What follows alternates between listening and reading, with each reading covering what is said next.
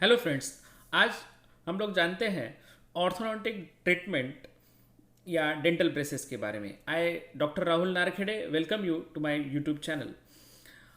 Orthodontic treatment या dental braces ये क्या होता है?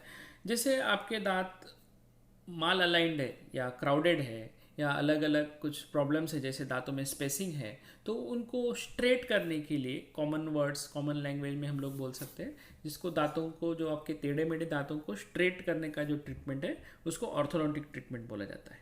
डेंटल ब्रेसेस क्या होता है? एक डेंटल ब्रेसेस एक मेटल वायर होता है जो कि ब्रैकेट्स से पास होता है और वो ब्रैकेट्स दांत के ऊपर लगाया जाता है, उसको डेंटल ब्रेसेस बोला जाता है। उसके हेल्प से दांत को अलाइन किया जाता है। तो फ्रेंड्स, डेंटल ऑर्थोडोंटिक ट्रीटमेंट या ब्रेसेस ट्रीटमेंट किस पेशेंट्स में ज़रूरी है या किस पेशेंट्स में करना चाहिए, ये हम लोग देखते हैं। आपके मन में बहुत सारे डाउट्स रहेंगे डेंटल ट्रीटमेंट ब्रेसेस के बारे में, जैसे ये ट्रीटमेंट पॉसिबल है, इसमें रिजल्ट्स कैसा मिलता है, इज़ इट पेनफुल, और इसमें प्रिकॉशंस क्या लेना है, और सबसे इम्पोर्टेंट इसमें कॉस्ट कितना होता है। तो आइए फ्रेंड्स, हम लोग देखते हैं डेंटल ट्रीटमेंट, ऑर्थोडोंटिक ट्रीटमेंट किस पेशेंट्स में ज़रूरी है। जैसे कि आप देख सकते हैं पिक्चर में, ये क्राउडेड टीथ है। ये क्राउडेड टीथ में दांत, काफ़ी सारा दांत जो है एक दूसरे के ऊपर आया हुआ है, तो ऐसे केसेस में हम लोग को डेंटल ब्रेसेस का ज़रूरी पड़ सकता है। देख, सेकेंड केस होता है ओपन बाइट। बहुत बार आपने देखा रहेगा कि ऊपर और नीचे वाले दांतों में स्पेस रहता है बहुत सारे लोगों में, तो ये ओपन बाइट इसको बोला जाता है। इसका भी हम लोग ट्रीटमेंट कर सकते हैं और ये प्रॉपरली अलाइंड हो जाएगा, ये पूरा स्पेस आपका क्लोज हो जाता है after the complete orthodontic treatment. जैसे प्रोट्रूडेड टीथ है, दांत किसी के बहुत ज़्यादा आगे आए हैं, तो उनका भी ये ट्रीटमेंट किया जा सकता है। नेक्स्ट केस होता है क्रॉस बाइट। जैसे क्रॉस बाइट मतलब दांत जो ऊपर का दांत, जैसे आपने देखा रहेगा, ये बाहर की साइड होना चाहिए और नीचे का दांत अंदर की साइड होना चाहिए। तो ये यदि क्रॉस बाइट में चला जाता है, मतलब ऊपर का दांत अंदर साइड में चला जाता है, इसको क्रॉस बाइट होता है। ये भी प्रॉपरली करेक्ट किया जाता है। ये काफ़ी दिखने के लिए ख़राब दिखता है, तो ये क्रॉस बाइट का ट्रीटमेंट करने के बाद आपको ऑर्थोडोंटिक ट्रीटमेंट करेंगे तो काफ़ी अच्छा लुक मिलता है। नेक्स्ट प्रॉब्लम होता है कि स्पेसिंग। बहुत सारे पेशेंट्स दांत में गैप्स के लिए कंप्लेंट करते हैं, तो ऐसे केसेस में भी ये ट्रीटमेंट, ऑर्थोडोंटिक ट्रीटमेंट किया जाता है। इसमें भी काफ़ी अच्छा रिजल्ट्स आपको ऑर्थोडोंटिक ट्रीटमेंट के बाद मिलता है। नेक्स्ट केस है डीप बाइट। आप पिक्चर में देख सकते हो कि ऊपर के जो दांत है, नीचे के दांत को ऑलमोस्ट 3/4 कवर कर लिया है, जो कि नहीं होना चाहिए। वो डीप बाइट की वजह से बहुत सारे प्रॉब्लम्स होते हैं। तो जैसे दांत घिस जाते हैं, नीचे वाले दांत जो है घिस जाते हैं, उसको हम लोग डीप बाइट बोलते हैं। तो ये डीप बाइट का भी करेक्शन करना है तो ब्रेसेस का ट्रीटमेंट हेल्पफुल है। अगेन, कुछ पेशेंट्स होते हैं जिनमें थम सकिंग वगैरह काफ़ी कॉमन होता है, तो ये थम सकिंग जैसा ये चाइल्डहुड हैबिट होता है और वो आगे थोड़ा बच्चा बड़ा हो जाता है, फिर भी वो हैबिट कंटिन्यू रहता है। या टंग थ्रस्टिंग हैबिट होता है, जैसे बात करते समय ऐसा टंग दांतों को लगाने का आदत होता है कुछ पेशेंट्स को। इन पेशेंट्स में भी ये दांत थोड़ा आगे आ जाता है, और ऐसे केसेस में भी हम लोग को लिए ब्रेसेस का ट्रीटमेंट काफ़ी हेल्पफुल होता है। तो नेक्स्ट चीज़ होता है टाइप्स ऑफ ब्रेसेस। तो अलग अलग कौन से ब्रेसेस प्रेजेंट है। तो सबसे पहले है एक मेटल ब्रेसेस, जिसमें कन्वेंशनल मेटल ब्रेसेस आप देख सकते हो। इसमें जैसा ये ब्लू रबर लगाया है, वो क्लियर रबर भी हो सकता है। जस्ट टू शो यू मैंने वो पिक्चर लिया है। इसमें एक अलग टाइप आता है, एक सेल्फ लाइगेटिंग मेटल ब्रेसेस। ये दो इंपॉर्टेंट मेटल ब्रेसेस है। सबसे पहला टाइप मेटल ब्रेसेस, उसमें फर्स्ट टाइप है कन्वेंशनल मेटल ब्रेसेस और एक सेल्फ लाइगेटिंग मेटल ब्रेसेस। इसमें क्या डिफरेंस है हम लोग समझते हैं। देखिए, सेल्फ लाइगेटिंग मेटल ब्रेसेस में ये एक मेटल डोर होता है, होल्ड्स द वायर, एक वायर होल्ड करने के लिए मेटल डोर होता है। और जो रेगुलर ब्रेसेस है उसमें एक इलास्टिक टाई होता है जो ब्रैकेट को होल्ड करता है, वायर को होल्ड करता है।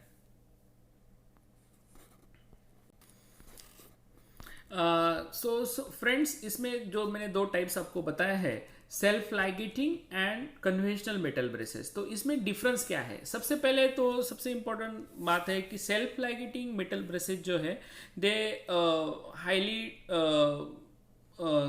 एडवांस ब्रेसेस होते हैं। इसमें ट्रीटमेंट ड्यूरेशन जो है वो शॉर्टर रहता है और आप कंफर्ट के हिसाब से देखेंगे तो ये काफ़ी कंफर्टेबल है as compare to conventional braces. But definitely इसका कॉस्ट ज़्यादा है। कॉस्ट हम लोग लास्ट में डिस्कस करेंगे। कॉस्ट इसका हाई है बिकॉज इसका हाईटेक जो डिज़ाइन है उसकी वजह से इसका कॉस्ट ज़्यादा है। ये सिरेमिक ब्रेसेस है फ्रेंड्स, ये टूथ कलर्ड होते हैं। तो ये लिंगुअल ब्रेसेस होते हैं फ्रेंड्स। इसमें जो ऑर्थोडोंटिक वायर जो है ये अंदर की साइड, दांतों के अंदर की साइड से लगाया जाता है। जैसे नॉर्मली ब्रेसेस जो बाहर से होता है इसको अंदर की साइड से लगाया जाता है ब्रेसेस को, ब्रैकेट्स को। तो ये थोड़ा सा पेशेंट्स को अनकंफर्टेबल भी हो सकता है, बहुत बार पेशेंट को अल्सर्स भी आता है इसकी वजह से। बट जिनका जॉब प्रोफाइल काफ़ी लुक वाइज जो पीपल काफ़ी कंसर्न होते हैं उनमें ये ट्रीटमेंट किया जा सकता है। नेक्स्ट टाइप है क्लियर अलाइनर्स। आपने काफ़ी फेसबुक पे एडवर्टाइज देखा रहेगा क्लियर अलाइनर्स का। आजकल काफ़ी फेमस हो चुका है ये क्लियर अलाइनर्स, क्योंकि ट्रीटमेंट जो है, जो लुक वाइज जो कंसर्न होता है जो ब्रेसेस में पेशेंट्स को, ये क्लियर अलाइनर्स पहनने के बाद as such they are virtually invisible. And treatment के लिए जैसा नॉर्मली ब्रेसेस में, जैसा मेटल ब्रेसेस है, सिरेमिक ब्रेसेस है, इसमें आपको क्लिनिक में वंस इन अ मंथ आना पड़ता है। बट दिस ये क्लियर अलाइनर्स आपका पूरा कंप्यूटराइज एक प्रोसेस होता है। कंप्यूटराइज आपके टीथ का स्कैन किया जाएगा। कंप्यूटराइज स्कैन करने के बाद आपका ऑर्थोडोंटिस्ट आपको एक प्रॉपर प्लान बनाएंगे। इवन इसमें एज इट इज़ कंप्यूटराइज होने की वजह से आपको आफ्टर द ट्रीटमेंट रिजल्ट क्या रहेगा इसके बारे में भी एक वीडियो वो लोग शेयर कर सकते हैं। जो स्पेशलिस्ट डॉक्टर्स है आपको उसके बारे में आपको before the treatment only, before the starting of the treatment only result क्या रहेगा, एंड ऑफ द ट्रीटमेंट का रिजल्ट क्या रहेगा वो आपको दिखा सकते हैं। Because it is completely computerize. And जो आपको ये ट्रीटमेंट आप एक सेट्स मिलते हैं जो आप पिक्चर में देख रहे हो, ये जो अलाइनर है, जो अलाइनर है उसके सेट्स रहते हैं। ये सेट्स आपको घर पे ही आपके पहनना होता है और फोटोज़ या वीडियोज़ की माध्यम से आपको वो ऑर्थोडोंटिस्ट जो हमारे स्पेशलिस्ट होते हैं उनसे कांटेक्ट या उनको वो शेयर करना रहता है। ये ट्रीटमेंट कम्प्लीटली बाद में घर पे ही होता है। आपको एवरी मंथ डॉक्टर के पास, डेंटिस्ट के पास आने का इसमें ज़रूरी नहीं होता है। उसकी वजह से ये काफ़ी आजकल फेमस और पॉपुलराइज हो रहा है। बट इसमें भी कुछ लिमिटेशंस होते हैं, जैसे कुछ ज़्यादा क्राउडिंग है, ज़्यादा स्पेसिंग है, तो कुछ प्रॉब्लम्स इसमें सॉल्व नहीं हो सकते हैं। बट स्टिल ये आजकल काफ़ी पॉपुलराइज है और we can do almost 60 to 70% cases with this clear aligner. Friends, how does it work? देखिए फ्रेंड्स, जब भी आपने देखा रहेगा, सपोज ये this is your tooth and ये ऐसा ये इसमें ब्रैकेट है। तो ये ब्रैकेट जो है इसमें एक होल्ड करने के लिए यहाँ से एक वायर पास होता है, यहाँ के वायर पास होता है और ये ब्रैकेट को दांत को पहले, ये ब्रैकेट जो है इसको दांत को पहले चिपकाया जाता है, एक मटेरियल से चिपकाया जाता है दांत को, इसको फिक्स किया जाता है, ब्रेसेस को फिक्स किया जाता है। फिर इसमें से एक मेटल वायर, जो ये मैंने बताया आपको, ये वायर जो पास हो रहा है ये मेटल वायर होता है, ये पास होता है। ये brackets this can be metal और ceramic also. This can be metal और सिरेमिक। एंड इसको ये ब्रैकेट को आर्च वायर को होल्ड करने के लिए यहाँ पे एक इलास्टिक यूज़ किया जाता है। तो इसकी वजह से जो दांत में प्रेशर आता है और दांत स्ट्रेटन होता है, ये इसका पीछे का साइंस है। So how long I have to wear this braces? Friends, braces का treatment normally 1.5 year to 2 years तक चलता है। 1.5 से 2 साल तक ये ट्रीटमेंट चलता है। इसमें बहुत बार टाइम ड्यूरेशन काफ़ी वेरिएबल होता है कि कितना एक्सटेंड तक क्राउडिंग है, कितना एक्सटेंड तक स्पेसिंग है। इसमें उस हिसाब से ट्रीटमेंट का ड्यूरेशन डिसाइड किया जाता है। बहुत बार ब्रेसेस के ट्रीटमेंट में कुछ टीथ एक्सट्रैक्ट भी करने के लिए ऑर्थोडोंटिस्ट आपको एडवाइस करेंगे, क्योंकि कुछ स्पेस जब भी रिक्वायर होता है, ट्रीटमेंट के लिए स्पेस रिक्वायर होता है, तो वो पीरियड में प्रीमोलर्स जो होते हैं, premolars they are less functional in chewing, तो many times we have to extract such teeth. तो उसको एक्सट्रैक्ट करने के बाद ये ट्रीटमेंट किया जाता है। बहुत बार पेशेंट डर जाते हैं कि दांत निकालना है, but it's quite common and nothing harmful to the patients. It's वो प्रीमोलर्स होते हैं, they are less functional in chewing and other activities. Will it be painful? See as such dental braces जो होते हैं पेनफुल नहीं होते हैं। Only जब भी जिस दिन हम लोग एक मंथली विजिट होता है, उस दिन पेशेंट को डिस्कम्फर्ट जरूर फील हो सकता है। शुरुआत के पीरियड में पेशेंट्स को थोड़ा डिस्कम्फर्ट फील होता है, बट जैसे ट्रीटमेंट आगे बढ़ता है तो पेशेंट्स को आदत हो जाता है। तो nothing to worry, pain, it is not a painful treatment. See friends, braces and the age. Braces treatment जितना जल्दी होगा उतना बहुत अच्छा होता है। Normally 13 to 15 is the best age for the orthodontic treatment, braces treatment. But nowadays it's quite common that adult patients भी ये काफ़ी ट्रीटमेंट करते हैं। Even if you see one of my case, आज हम लोग एक 50 इयर्स ओल्ड लेडी को भी ट्रीटमेंट दे रहे हैं। तो काफ़ी कॉमन होता है आजकल कि ओल्ड पेशेंट्स भी ट्रीटमेंट करते हैं। ओनली द डिफरेंस इसमें एक ही है कि जितना ट्रीटमेंट लेट होगा उतना रिटेंशन फेज जो होता है वो ज़्यादा रहता है। अभी रिटेंशन फेज क्या है वो हम लोग आगे जानते हैं। जैसे ड्यूरिंग द ब्रेसेस ट्रीटमेंट आपको क्या क्या प्रिकॉशंस लेना है, आपको ये पहले से पता रहेगा तो काफ़ी इजी हो जाएगा। फ्रेंड्स, सबसे पहले तो 2 times brushing, that is very important. फिर जो शुगरी फूड्स है वो आपको नहीं खाना है। नेक्स्ट है आपको rinsing after every food you have. जो भी आप फूड खाते हो, even if you have biscuit also, आपको रिंस करना है। बीच बीच में आपको रिंजिंग चालू रखना है। और जैसे स्टिकी फूड है, पिज़्ज़ा, नॉनवेज में नॉनवेज वगैरह थोड़ा अवॉइड करेंगे तो बेटर है। अगेन हम लोग फ्लोराइड रिंस करने के लिए भी एडवाइस करते हैं।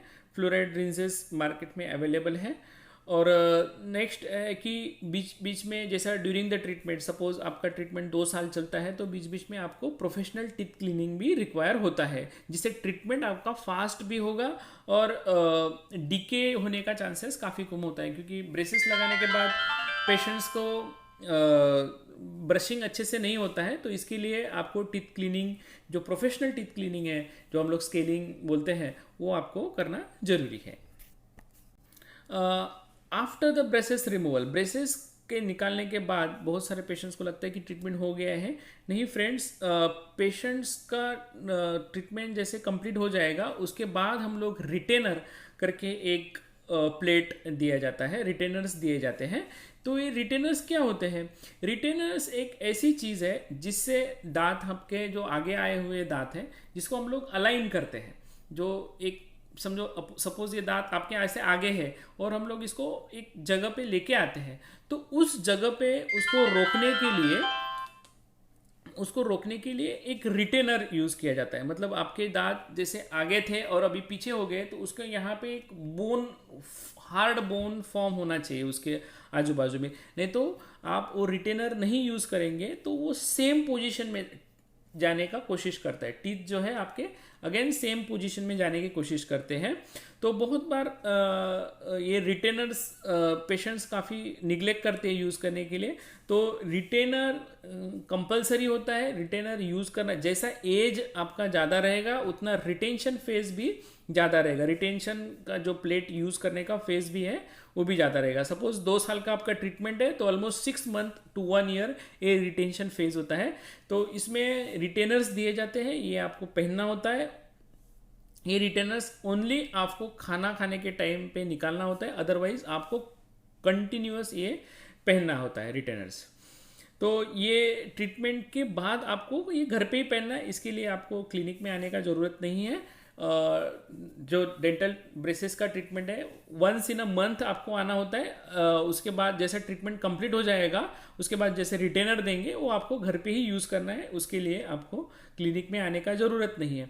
बट रिटेनर यूज़ करना बहुत इम्पॉर्टेंट है, बहुत बार निग्लेक्ट किया जाता है, फिर उसके इफ़ेक्ट्स आपको बाद में पता चलते हैं, जो कि आपके दांत आपके फिर से उसी पोजीशन में, जैसे आपके दांत आगे हैं तो वो फिर से आगे आने का कोशिश करेंगे, जैसे आपने रिटेंशन नहीं यूज़ किया तो, रिटेंशन प्लेट्स नहीं यूज़ किया तो वो कंपलसरी आपको यूज़ करना पड़ेगा।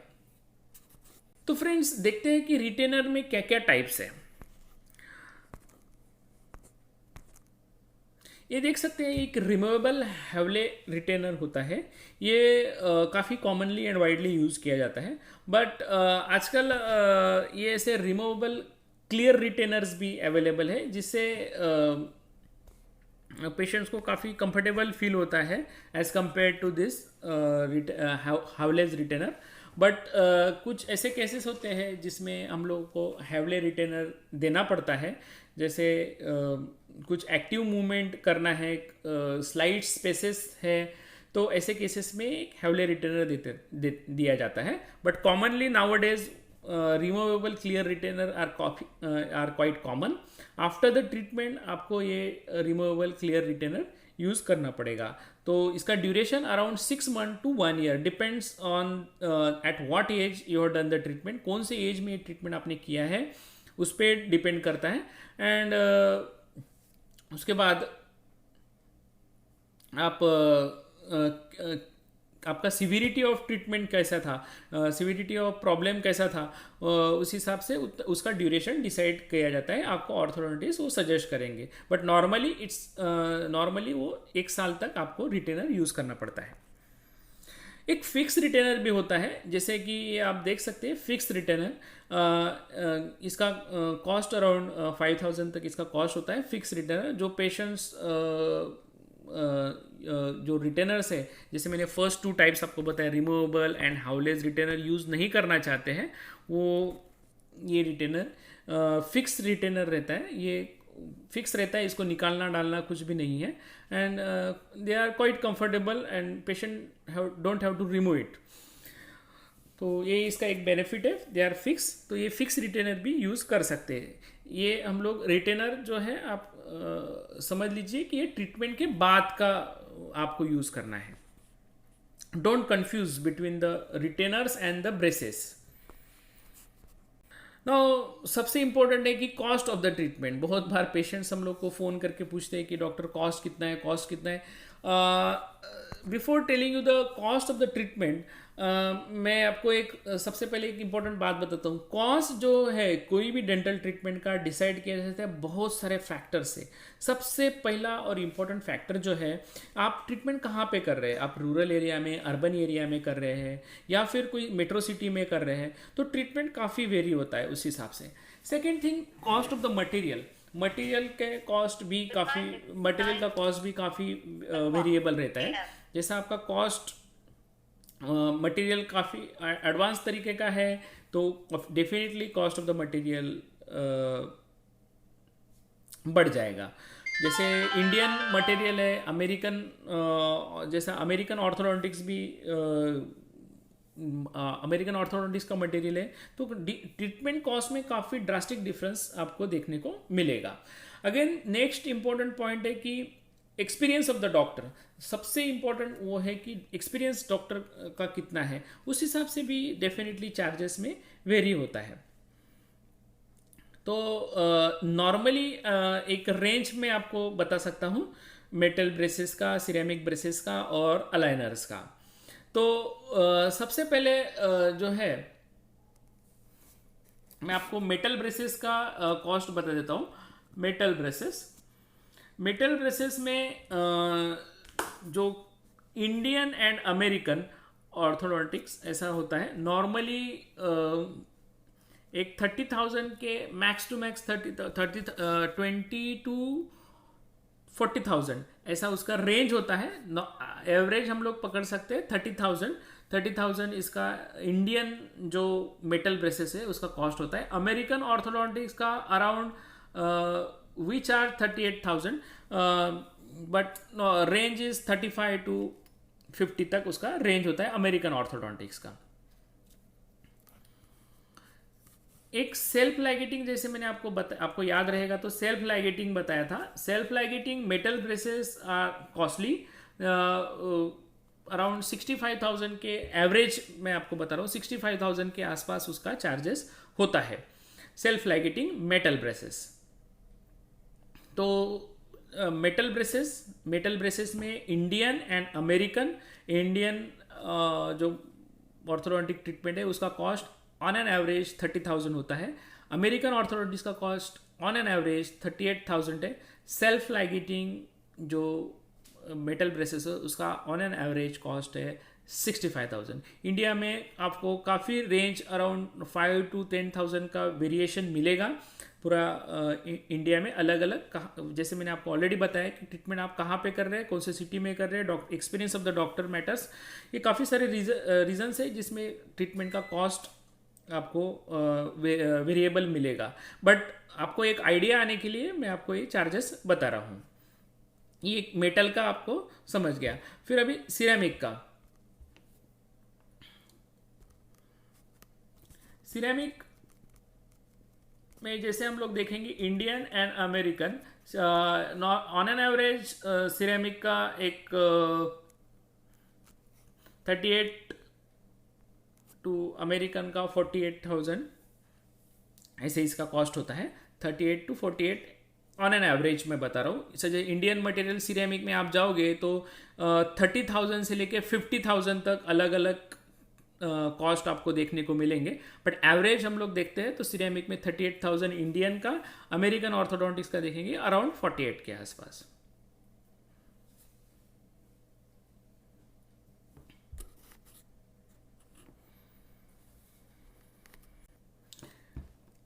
नेक्स्ट जो टाइप है, नेक्स्ट टाइप जैसे अलाइनर्स आपको बताया था। अलाइनर्स का हम लोग एक टूथसी करके एक ब्रांड है, आजकल 2 ब्रांड है, इनविजिलाइन एंड टूथसी। आपने काफ़ी दे आर इनविजिबल, सो उनका नाम एक 2 ब्रांड नेम है, टूथसी एंड इनविजिलाइन। तो टूथसी का जो 2 टाइप्स है उसमें एक इजी और एक प्राइम, ऐसा 2 टाइप में उन्होंने डिवाइड किया हुआ है। अराउंड 52,000 इजी का और प्राइम जो होता है उसका 67,000 कॉस्ट आपको मिलेगा। जनरली ये कॉस्ट होता है अलाइनर्स का, क्लियर अलाइनर्स का।